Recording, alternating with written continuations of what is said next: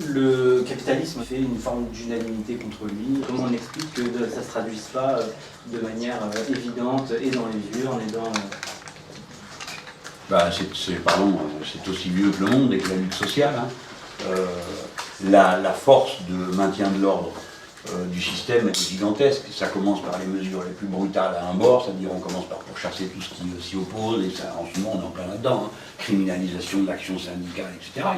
Il y a cette première force, puis après il y a la force moins visible, qui est celle de l'idéologie dominante, qui est propulsée par des vecteurs d'idéologie qui font penser qu'on ne peut rien faire, que ma foi comme c'est là, ça a toujours été, ça sera toujours, ou bien il n'y a pas que du mauvais, puis on brise la compréhension. Par exemple, beaucoup de gens sont contre le fait qu'il y ait des pauvres. Hein. On peut dire que la majorité des gens, ils voient toujours le rapport avec le fait qu'il y a des riches. Pour eux, c'est pas pareil.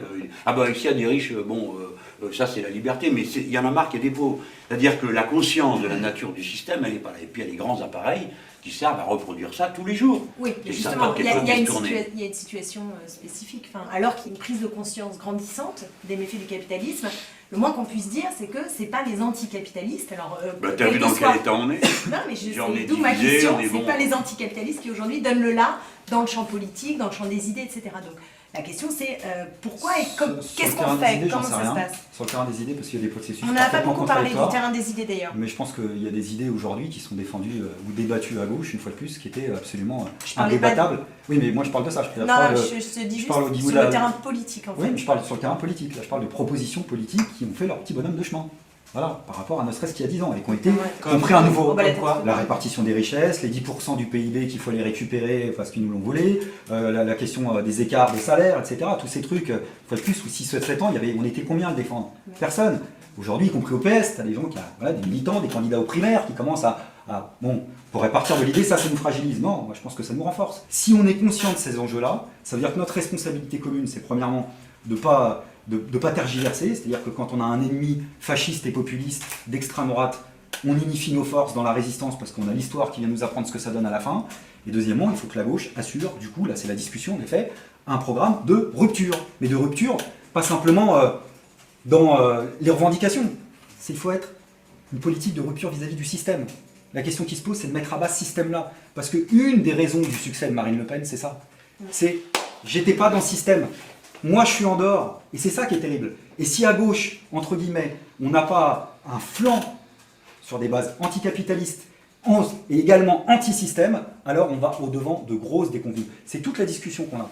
C'est d'où mon insistance un peu lourdingue, en effet, à insister sur le processus du bas, du bas, du bas et du bas encore. Du bas, en tout cas, ce qui revient beaucoup, c'est l'idée que ça ne peut pas primer sur l'urgence de la situation et la nécessité à ce que tous ceux qui critiquent le système et qui critiquent le capitalisme se retrouvent pour faire une union qui soit, notamment en 2012, mais pas seulement, qui soit durable.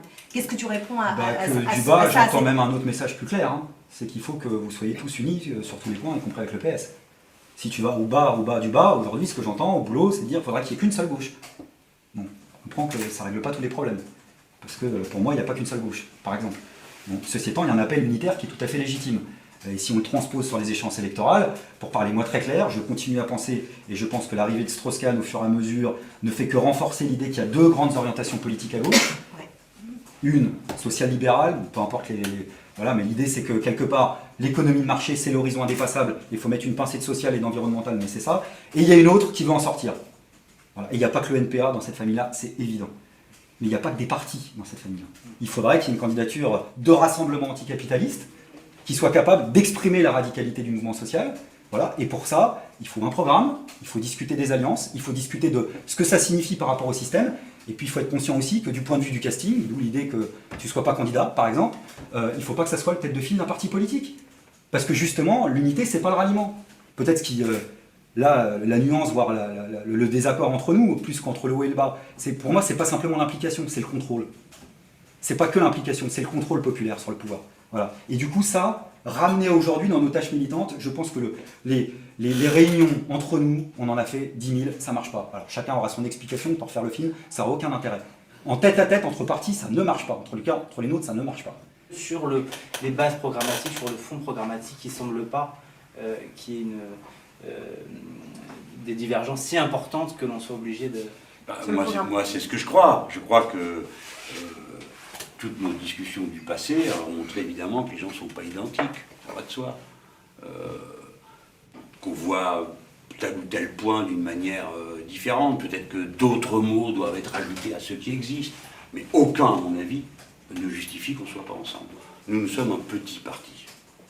Nous avons quitté, pour certains d'entre nous, le Parti Socialiste, d'autres venaient d'ailleurs, d'autres ont quitté les Verts, et ensemble nous faisons le Parti de gauche. Nous sommes à peine 8000 adhérents, donc on ne se prend pas pour plus que ce qu'on est. Et on n'est pas les seuls, dans ce cas-là, il y a plus petit que nous. Hein. Bon. Donc la stratégie du rassemblement, elle s'imposait. Voilà pourquoi on a commencé tout de suite avec le Front de gauche aux élections européennes. On arrive aux élections régionales, et on continue la discussion. C'est pas simple du tout, la discussion sur les régionales. Pourquoi? Ben justement parce qu'il y a 21 régions. Et par conséquent, c'est pas par hasard qu'il y a un émiettement pareil de l'expression de la volonté populaire. Il y a des situations différentes. Donc, des camarades disaient on ne peut pas être dans les exécutifs, d'autres disaient si, il faut y être, mais cette discussion n'a pas eu lieu qu'entre le NPA et le Front de gauche, elle a eu lieu aussi à l'intérieur du Front de gauche. Bon, ça a été fait dans 3 régions. Pays de Loire, l'affaire a mal tourné, dans la mesure où 3 fédérations communistes ont quitté en cours de route l'attelage. Ça a été fait dans l'Hérault, on était ensemble, mais là, en cours de route, nous avons reçu un scud qui était l'espèce de russe du Parti Socialiste. Et ça a eu lieu dans le Limousin, où là, nous avons été au bout d'une logique et fait la preuve de notre loyauté, puisque nous étions ensemble au premier tour, on a presque fait 14%. Hein, tous ensemble, Front de gauche et NPA. Et au deuxième tour, quand les socialistes ont exigé, comme préalable à la discussion, qu'on sorte de la liste des élus les NPA, nous on a fait le choix qu'il n'en était pas question. Que comme on était, on se gouvernait. Et nos camarades, tous, ont décidé de se maintenir au deuxième tour, et là on a fait 20%. De la même manière, je le dis aujourd'hui, on devrait être ensemble, et puis on fait confiance aux camarades. Localement, nos partis ne sont pas dissous par le fait qu'il y a un front. Et comme ça, on construit une force politique. Tu as raison, ça ne peut pas être le ralliement, mais nous, on ne peut pas aller signer un papier où tout ce que tu dis est bien, et où moi je m'amende parce que tu condescends de temps à autre à dire c'est bien, tu as avancé, Jean-Luc. Bon, très bien, ok, j'avance, je fais ce que je peux, mais il faut admettre que les autres ne sont pas toujours tous du même point de vue, et qu'il faut le supporter, que les gens ne soient pas du même avis. La question de la candidature. Oui, alors, mais personne ne... Écoutez, soyons clairs, c'est une affaire qui nous met tous mal à l'aise. Pourquoi? Parce qu'aucun d'entre nous n'est d'accord avec ce qu'est le régime de la Ve République. Comment une variété pareille de mouvements pourrait être représentée par une personne?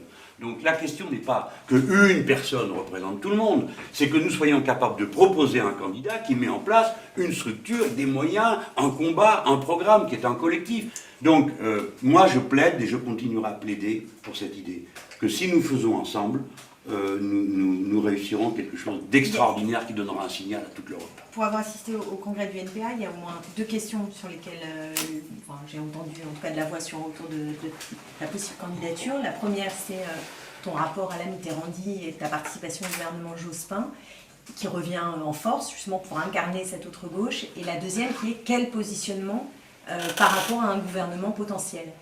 Alors tu l'as dit, mais est-ce que sur ces 2 points, on a l'échange Oui, c'est ce qu'il y a de plus facile pour moi. Je suis consterné qu'on n'entende jamais ma réponse. Enfin quand même, vous avez quelqu'un qui vient du mouvement socialiste, qui est rond avec, qui écrit un bouquin de 350 pages pour expliquer sur tous ces sujets, ça s'appelle Enquête de gauche. Pas seulement pourquoi moi, ma précieuse personne, a rompu avec tout ça, mais pourquoi tout ça est devenu comme ça. Pas simplement parce que c'était des traites depuis toujours, c'est comment le mouvement socialiste, tel que je le connaissais, a raté la marche, a été incapable de proposer une alternative quand le capitalisme s'est transformé, et comment il a fini par sombrer dans ce qu'est aujourd'hui le Parti Socialiste Européen et la social-démocratie européenne, qui prend des proportions que jamais de son histoire il y a eu. Donc mon passé, c'est un rapport critique à mon passé. Mais comme un être humain, qu'est-ce qu'il faut que je fasse? Que je me flagelle, que je signe des papiers, je demande pardon? Non mais attends, parce que je trouve qu'il y a un côté insupportable dans l'exigence qu'on me présente. À aucun moment, personne ne peut dire « moi tout seul, je savais ce qui était bien, et depuis, c'est moi qui délivre les certificats de baptême à ceux qui veulent être classés révolutionnaires ou je ne sais quoi ». Alors après, c'est quoi la deuxième question? Sur la participation au gouvernement. Oui, mais comment se fait-il qu'on ne m'ait pas entendu? Comment se fait-il? Combien de fois j'ai déjà dit ce que j'en pensais? J'ai répondu le jour même où j'ai proposé ma candidature. Le jour même. On est passé du rez-de-chaussée à BFM à l'étage. D'accord? Et à l'étage, j'ai dit, je n'irai dans aucun autre gouvernement que dans celui que je dirigerai. Qu'est-ce qui, dans la pensée critique contemporaine, vous intéresse. Non, mais quelque chose qui Non, t'a, là, ce dans que les je suis en dernières train de années, lire, qui là, t'a je branché. suis en train de lire le bouquin d'Ignacio Ramonet. Sur les médias. Ouais, sur les médias, parce que pour moi, c'est très important, hein, cette affaire-là. Pour moi, les médias politiques sont sur la deuxième peau du système. C'est un appareil à normaliser les têtes. C'est notre ennemi. Ce n'est pas un miroir déformant, c'est une arène. Et il faut éduquer et préparer les esprits à affronter aussi cette réalité, tout critiquer et ne pas accepter le point de vue de l'autorité journalistique. Donc en ce moment, en plus, je prépare un texte sur le sujet. Et ça, les instituts de sondage, on avait commencé à faire une note sur le sujet. Arrive cette histoire complètement bidonnée, sondage trop le péniste. Voilà où j'en suis, moi, de mes lectures actuelles. On va faire un truc sur Fanon, Frantz Fanon. C'est plein d'actualités, donc sur plein de sujets différents, d'ailleurs, sur ce qu'on vient de discuter, et puis sur d'autres sujets, à mon avis. Je vais vous le dire là, du coup, en avant-première, je vais compter ça, c'est pour notre réunion de la Société Louise Michel sur Fanon, mais c'est une citation, ça peut peut-être ambiancer un peu ce qu'on a discuté. Je ne pensais pas le faire là. Donc c'est Fanon dans Les damnés de la Terre, que je conseille à tous. Nous ne devons pas cultiver l'exceptionnel, chercher le héros, autre forme du leader. Nous devons soulever le peuple, le meubler, le différencier, le rendre humain. Politiser, c'est ouvrir l'esprit, c'est éveiller l'esprit. C'est comme disait Césaire, inventer des âmes. Il n'y a pas d'homme illustre capable de tout. Les mains magiciennes ne sont en définitive que les mains du peuple. Voilà.